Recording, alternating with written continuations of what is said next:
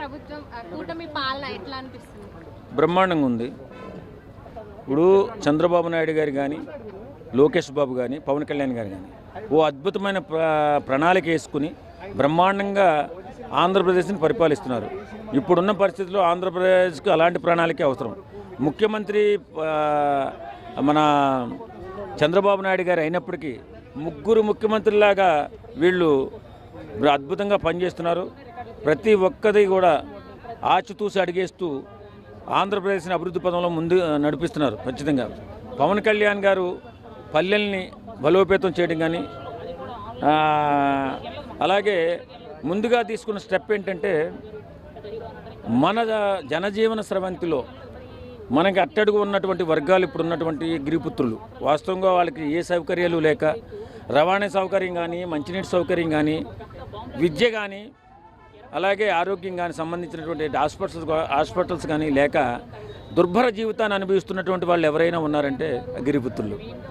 ముందుగా వాళ్ళని ప్రాతిపదికంగా తీసుకుని ఈవేళ 1050 కోట్ల రూపాయల అభివృద్ధి కార్యక్రమాలు ఓన్లీ గిరిపుత్రులకి చదువుకు కానీ, మంచినీటి సౌకర్యం కానీ, రోడ్లకు కానీ వెచ్చించిన మహానుభావుడు పవన్ కళ్యాణ్ గారు. అలాగే పంచాయతీ వ్యవస్థని సర్వనాశనం చేసేసింది వైసీపీ ప్రభుత్వం. పంచాయతీ ప్రెసిడెంట్లకు కానీ, పంచాయతీ వ్యవస్థకు కానీ గౌరవం ఇవ్వకుండా వాలంటీర్ వ్యవస్థను తీసుకొచ్చి పంచాయతీ వ్యవస్థని సర్వనాశనం చేసేస్తే పవన్ కళ్యాణ్ గారు పంచాయతీరాజ్ శాఖ తీసుకున్న తర్వాత ప్రతి పల్లి కూడా అద్భుతంగా ఉండాలి, ప్రతి పంచాయతీ ప్రెసిడెంట్ గౌరవించబడాలి, మెంబర్స్ గౌరవించబడాలని చెప్పి నిధులు ఇచ్చి ఈవేళ ప్రతి పల్లెని కూడా అద్భుతమైన ప్రగతిలో తీసుకెళ్తున్నారు పవన్ కళ్యాణ్ గారు. కాబట్టి ఈవేళ కూటమి ప్రభుత్వం ఆంధ్రప్రదేశ్లో అద్భుతమైన పరిపాలన చేస్తుంది. కూటమి చంద్రబాబు నాయుడుతో కానీ మళ్ళీ వచ్చే ఎన్నికల్లో కూడా పవన్ కళ్యాణ్ పొత్తు కొనసాగిస్తామని అంటున్నారు.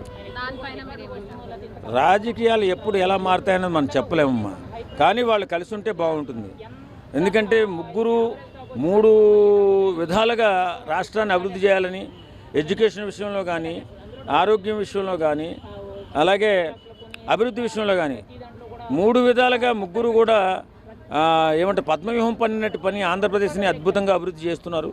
ఇలా చేస్తేనే బాగుంటుందని మాలాంటి వాళ్ళు అనుకుంటున్నాం.